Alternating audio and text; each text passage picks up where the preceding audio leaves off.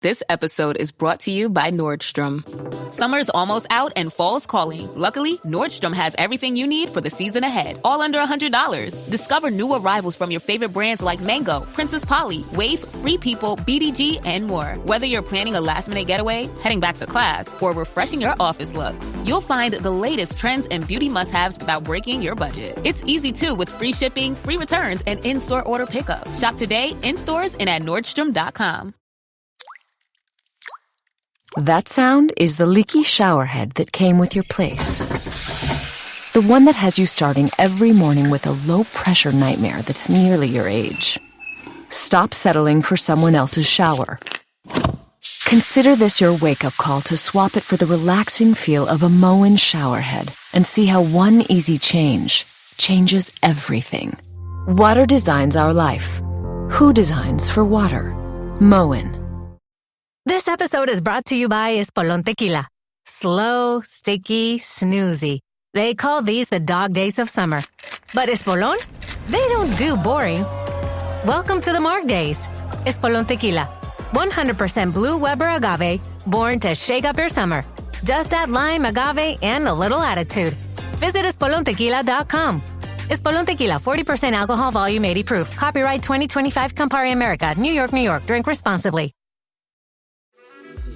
This episode is brought to you by Amazon Prime. From streaming to shopping, Prime helps you get more out of your passions. So whether you're a fan of true crime or prefer a nail-biting novel from time to time, with services like Prime Video, Amazon Music, and fast free delivery, Prime makes it easy to get more out of whatever you're into or getting into. Visit Amazon.com/Prime to learn more.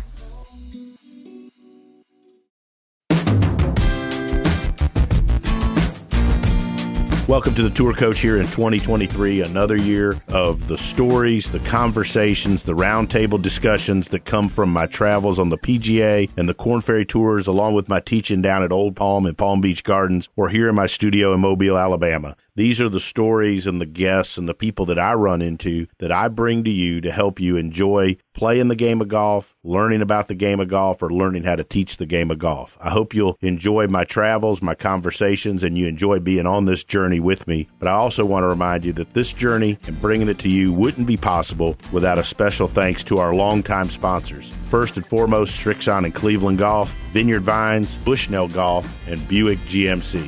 Without those, the Tour Coach and all these travels wouldn't be possible to bring these conversations to you. I hope you'll enjoy sitting in with me on another version here of the Tour Coach. So here we are on the Tour Coach. It's Wayne Flint, Luke Kerr Dineen, and Mark Wood going to jump in here in the next 5 minutes or so. He's running a little bit late from a lesson. Shocker there. But Luke, this idea, I actually had this idea about doing this about, I guess it was almost 18 months ago, because I had my colonoscopy today, which marked 18 months. And I got the reports of the last colonoscopy that wasn't good at the time we were finding out about his funeral. But when Hank passed away, who people don't know if they listen to this, that was a huge mentor of mine. I worked under Hank for, I think, almost 10 years. Wayne was with him for a long time. And Woody, I would say probably the three of us probably taught with Hank as much as anybody out there. And anyways, I wanted to get everybody together and do one of these around then, and it just kind of never happened. And then Luke, you got to, one day I was sitting there and you sent me a text with a picture of an old Golf Digest article of Hank Johnson of HJ. And I was reminded how good some of those articles were.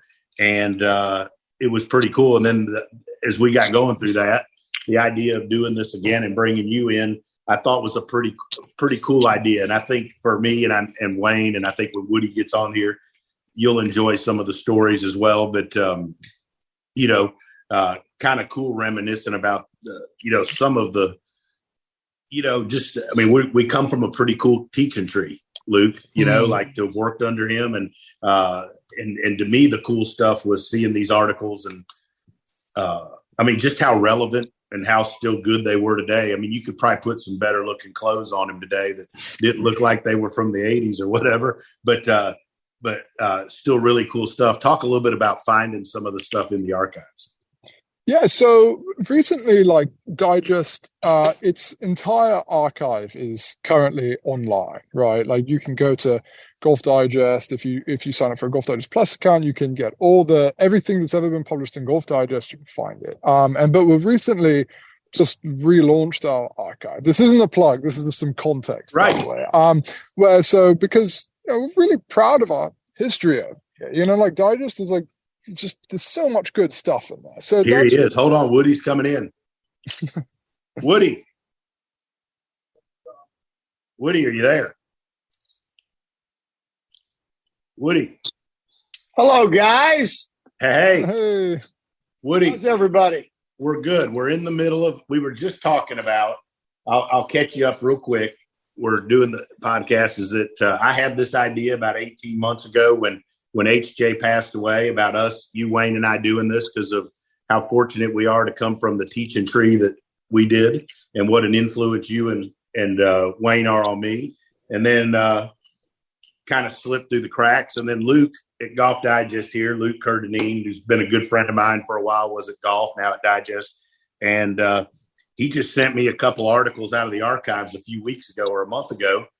And we got to talking about how genius some of Hank's stuff was and how still relevant today. And that's kind of catching you up. But Luke, go ahead and just talk a little bit about the stuff you found.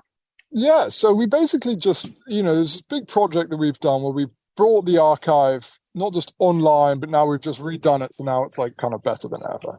And in the process of doing that, I was just looking over stuff and I kept coming across these awesome Hank Johnson articles because Hank was a big Digest guy back in the day.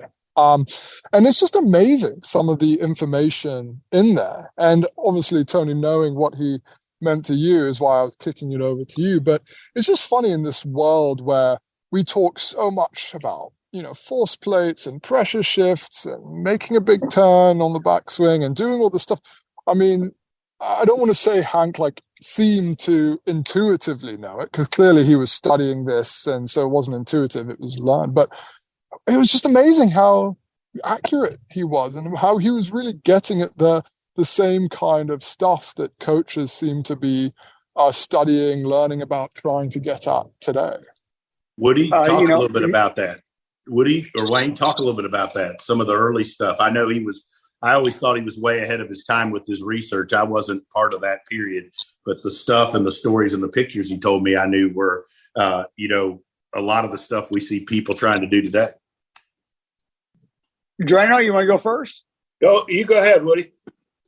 Well, I mean, what I would tell you, Tony, is that Hank Frank Jobe was sitting in a hospital, was kind of where the research started to come from on the PGA Tour. And there was a company in Alabama called Diversified Products. And DP got into golf. And that's where the whole fitness trailer, studying what's going on, studying the biomechanics. I mean, it kind of got started. Then Ralph Mann, he did his stuff. He did the model swing. But we started to figure out where the force was coming from. And it was interesting because, in the Golf Digest schools, you had the first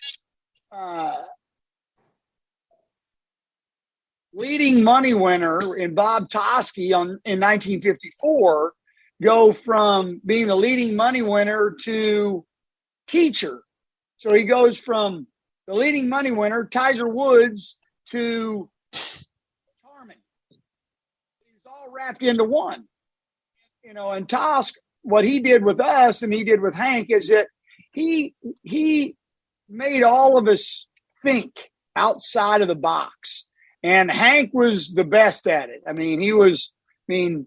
He allowed us as young professionals to experiment, to learn, to research and how to research, whether it be with force plates, video. God almighty, we started with graph check cameras where, you had the 8 graph check cameras, right? And we tell the old Golf Digest school stories with that. But that was the thing that I think the teaching tree, as you call it, Tony, I think that's where it started. He had a bunch of of young professionals, and rather than stifle any of us, he encouraged all of us and made us all better teachers. And he made us better teachers because of the exposure that we had to a myriad of different thoughts. So, I mean, that was the thing that was amazing to me, is that, he would never, Wayne will start laughing, but he never would micromanage us. I mean, the old adage was we didn't work for Hank, we worked instead of Hank. But and that stayed true the whole time. No question. That never changed. Right, Tony? Yep. Wayno, what about you? Well, I didn't get to do a lot with the DP people. I kind of came near the middle to ending part of the DP thing. But, the greatest thing for all of us is we had all those guys around. And, when we were young, I didn't know what I was doing at all. And, but we had all this information from all these great teachers. And I remember I would write stuff down and I'd stick it in my back pocket and I'd keep it in a file, just teaching notes and things like that. And then when I, get done working, I'd go back and try to figure out what was going on, what were they trying to teach? Then I'd have these ideas and I would go to Hank and I'd say, H-State, can you explain this to me and tell me how this works?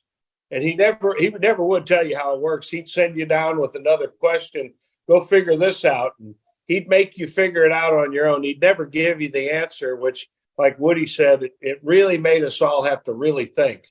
I mean, we didn't just have it laid in front of us. So here, if your right arm's folded too much, here's the one thing that fixes that. There was nothing like that. It was always like, well, I can remember he'd say, well, it's not so much what happens when the right arm folds.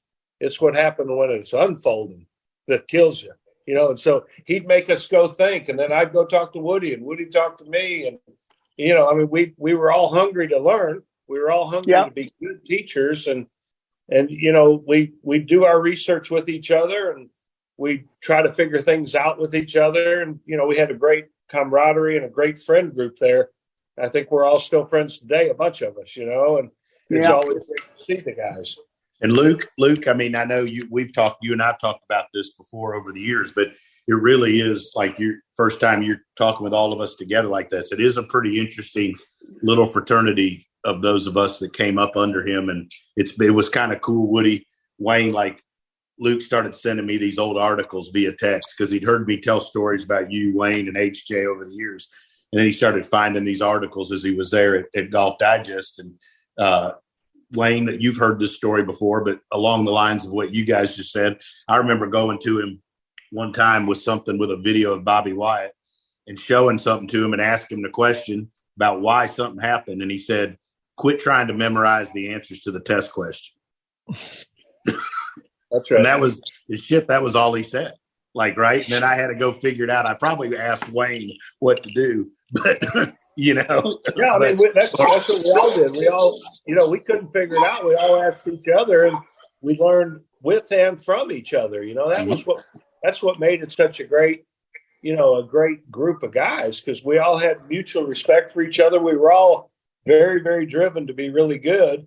All of us wanted to be great teachers and, but we were all in each other's corners. I mean, there was never anything, no backstabbing, no going behind each other's back to try to sidestep the learning. I mean, we were all in this thing together and we were all trying to figure it out together. And I think that's why we all have become such close friends, because we've been in the fire with each other for a long time. I mean, I remember after I moved back to Birmingham from North River, that's kind of when HJ started with Lanier doing that ASMI, the health style thing. Yep. And that's kind of what DP spun out into, right? Yep. So the research continued there, and they had this big building built, and they had all these cameras. I want to say 9 or 10 or 12 cameras in all corners of the room, and they were filming, and they were basically doing gears They had people before there was gears, suits with reflectors all over their body.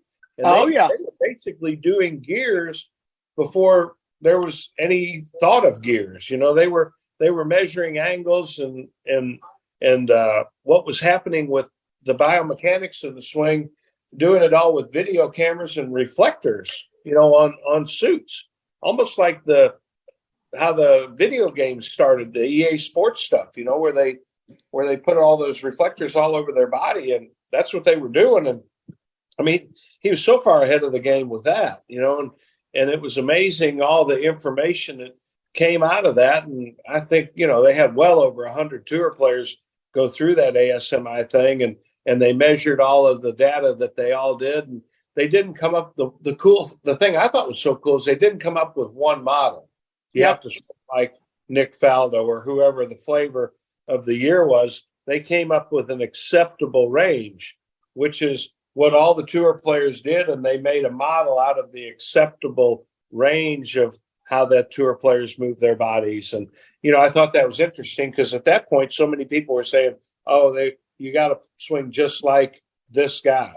And they didn't ever go down that route. They looked at all of what was happening and that opened my eyes that, everything didn't have to be just perfect, that there were a lot of different ways to hit golf balls, and I think Tom Ness, he was right there with HJ in that same time. And I think they all figured there was a bunch of different ways to do it. And, that was really beneficial to me being one of the young guys because I didn't ever go down the road of I'm just going to teach what this guy does, which I think limits you quite a bit. Luke? For sure. Yeah, it's funny, the acceptable range bit, because I remember when I was like a junior golfer and some of this advanced tech was just starting to come out, but it was all still a lot of camera-based, stuff. And I remember one time being put on what was effectively a model. They took all these tour players, but then what they did is they didn't take all the tour players and then produce a range. They produced all the tour players and then they created an average, and you were supposed to swing like the average tour player. Or, they would feed 100 swings into this and they would say, okay, well, if you combine them all, they're all like, this is the median one. And it was like close to doing the right thing. But the real thing is what teachers are doing now, it seems like, which is they don't coach you towards a specific model saying you have to look just like this. They take all the data and they say, well, these are your margins for error. These are the ranges in which you can do. If you do these things, you have to do these other things in order to match them up. And it's always funny the first go at new technology because people generally, get things right, get things wrong. But out of that process comes the better version of it. And then, bringing it back to Hank, it just seems like he was a guy who had that rare intersection of not just trying to push forward in trying to get the new tech, but also seemed to have a knack for getting it right too. And I think that comes through in a lot of those old digest articles that he did. Yeah, he was. Look, he had a wonderful command of the English language, so he was a wonderful orator. For sure. And what he would do with, he could give a speech better than anybody. Yeah. I mean, look, he would get asked to speak and he did a wonderful job and he made everybody feel welcome. And he was wonderful in that regard. So, he helped all of us shape all of us relative to how we presented ourselves, how the message that we were presenting, and nobody was sitting there saying, hey, it's got to be this way and I'm right and everybody else is wrong. He never had that mantra at all. He definitely taught us how to be professionals. There's no question about that. I mean, yeah, that's a nice way to put it. Yeah, the image of a professional, and like you said, Woody, how to present yourself as a professional. I mean, he definitely taught us how to. He definitely taught us how to do that. He was he was great in that aspect. I mean, God forbid you'd ever come in if your cotton shirt wasn't ironed. I can tell you that. So Woody, after you make Woody give you an ironing lesson, right, Woody? I talked to Davenport today. Davenport says that I've lost all of that. So that's. But going to like some of the articles and how the stuff is timeless. Like one of the things somebody was asking on something was like how much has your teaching changed over the years? And I attribute this to coming up under Hank and you, Woody, and Wayne. Like we spend a lot of time. We still are fortunate to get to teach together a lot, Luke. But like that's what makes me think he was so ahead of his time. Was like, I mean, most of the stuff I learned from him and learned from you, we're all still teaching. It really hasn't. I mean, maybe we use force plates now and there's access to different things, but like the basics of the stuff that I learned when I started with him and when I took lessons from you, Woody, in high school and Wayne in college, and we all were together, is still the best. That to me, that's kind of the real test of what a great mentor he was, and the research that he did ahead of it is. Like, I think today he'd still be teaching the same stuff. It's the same stuff we're teaching, Well, and I think, and sorry to cut you off there, Tony, but I think that's what was so cool about the article that he did on, how to perfect your pivot, is because I think when you're talking about, I mean, I know I'm preaching to the choir here, but I think when you talk about like your pivot, what you're talking about is like the basic structure of your golf swing. Right, like you want to hang back on your right foot, you want to load up for power, do all these things. But he understood that it was important, but he was also getting at concepts that we know now are true. Like that a lot of spine extension can create pressure on your lower back. So like it's why, there's the image of him putting a table outside his trail hip. And then trying to turn back over it without letting that hip slide past your right foot. I mean, just all, they've become cliche now because they've been proven so important and true. But at the time, it was just really, really good advice that probably helped a lot of golfers. Yeah, but I mean, you got to understand the game is incredibly. To me, the game's changed big time, right? Because of the ball and because of the equipment. So now, I mean, old players grew up with a governor. There's no governor anymore. There's no, hey, this is the limit. Now it's balls of the wall. These kids swing so fast, hit it so far, so hard, because the ball doesn't curve anymore. It just doesn't. And now they can hit it. They can, used to everybody tell you, well, you got to turn that thing over. You got to draw it a little bit to get to run down the fairway. And now they're like, I'm gonna keep it in the air longer, and I'm gonna keep the face open a little longer. It's gonna fly farther. It's gonna go just as far, or maybe farther. So, I heard a stat, and Luke, maybe you can correct me if I'm wrong, but 20 years ago, the hardest club PGA Tour to hit was a driver. The easiest club on the PGA Tour is a driver. Yeah. It's gone from being the hardest club there was to manage to the easiest club. Well, yeah. And it's funny because, not spoiling the whole equipment thing, but I think a lot of people understandably and rightly start pinpointing the equipment that's changed, right? But I think a lot of people who maybe aren't in the coaching world of golf, either coach themselves or just do a lot of work covering it like I do, don't fully appreciate just how good you guys got, like truly it's not unusual to show up to a lesson and just have you guys squeeze out 4 extra yards from a really good player already, to tack on a few more miles per hour ball speed, to shave off some spin, to do this, to do that, like load a little better. Oh, wow, I just got you 2 more miles per hour ball speed. And it's amazing what you guys are able to do just because you can measure it and you've got more and more targeted in kind of things you work on. So it's that the interesting thing about however this rollback stuff shakes out is that's not going to go away.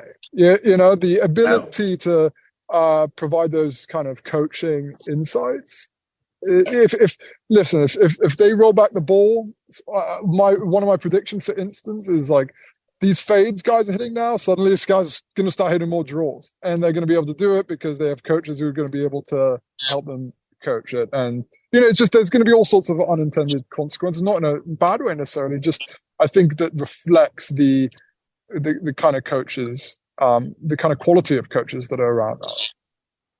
Yeah, I think there's way more coaches that have a nice understanding of what's going on and can help the player. There's no question about that. There's a lot of quality all over the country. Woody, that's a good question. So, when you were coming up and you were in the golf, came up under HJ in the Golf Digest schools, there's just a ton more people that are doing it that are really good now, don't you think? Well, there are. Now, I do think that the one advantage that all of us had was that we got to see multiple teachers doing the same thing. And so we got to watch them. You watch Hank Johnson and you watch Bob Toski and you watch a Jim Flick or a Chuck Cook or a Tom Ness. You watch the Paul Runyon. That stuff, that's invaluable. Now, you get snippets, if you would, via social media or whatever, but it's not the same. It's not the same. It's really not. You're not down there on your hands and knees teeing balls and then asking questions. You get to listen, and they explain a little something and you're like, oh, well, it's kind of interesting or the way they put it which I think is wonderful. I think it's awesome about the game. But I still cherish the time I've had watching others teach and then watching guys like yourself and Wayne. I still love it. The most fun thing about getting together is that we all still have a passion for it. Sure, I want to absolutely pick your brain. I want to know what you guys are thinking, why you're thinking it. The successes that you guys are having, I think it's awesome. I think that's what drives me anyway. I agree. Luke, any other nuggets you find in the Golf Digest closet there? Even though they're all online now. They're all online. Yeah. Shameless plug for Golf Digest online. No, there's just truly like more stuff than I can even wrap my head around. The thing that Digest has always leaned into isn't just the trying to get the best teachers in on the platform, but also pros. So you go back and you see all this incredible stuff with like Nick Faldo in his prime and Bill Mickelson in his prime and young Tiger in his prime and all this stuff. I found a great old sequence of Tiger from 1993 in there. He was just upstart amateur Tiger Woods. Couldn't it last? And it's just just little nuggets like that are throwaway 2 pages in a 1993 edition. It's just this buried treasure everywhere you find it. Awesome. Woody, Wayno, guys, first of all, I know, Luke, you got to run, but thanks for doing this. And also thanks for thanks. Every time we get together, it makes me feel lucky. I was able to come up under the people that I was able to, and you guys still aren't afraid to kick my ass when I get out of line or do something stupid, which I know happens more than it's probably supposed to, but I appreciate you guys. We like it that you still call us old guys. That's okay. No. Yeah, I'm close. Thanks, guys. This is fun, and it's just you guys had an amazing mentor, and so it's cool that I could just get a little taste of it from sort of past era. Luke, thanks for sitting in. Woody, Wayno, thanks for all you guys do. Look forward to seeing y'all in June. We'll have some fun. Sounds good. Woody, you take care of yourself, buddy. All right, buddy. Everything's good at home? Yeah, he's down at the beach house at his palatial estate right now. Of course he is. Shit. You guys are way smarter than me. You got a place he's got a place at the beach. You got a Key West. What do I got? I'm lucky to have a roof over my head. I'm going to leave this in the podcast. I think everybody needs to know about Wayne's. He's got servants and everything down there. I think he's got like security guards. Okay. Yeah. He's the Elon Musk I mean, he's figured it out. Now, Wayno, when it gets over 80, you don't have to wear the vest. I know. You're the best. I was waiting on somebody to comment on that. I'm glad it was you. Woody, you're the best, buddy. I hope you enjoyed this edition of The Tour Coach and this conversation that we brought to you about playing, learning, and teaching the game of golf. We'll be back next week with another edition of The Tour Coach. In between now and next week, make sure you follow us on our social channels. You can always find me at The Dew Sweeper on Instagram, or go to our YouTube page where you'll see a scene and a video from my teachings daily on our YouTube channel. You can find that by looking up Tony Ruggiero and the Dew Sweepers on YouTube. Until then, make sure you follow and check out Everything Tour Coach and all our sponsors, Srixon Cleveland Golf, Bushnell, Vineyard Vines, and Buick GMC. I'll be back next week to help all of us appreciate, learn, and enjoy the game of golf.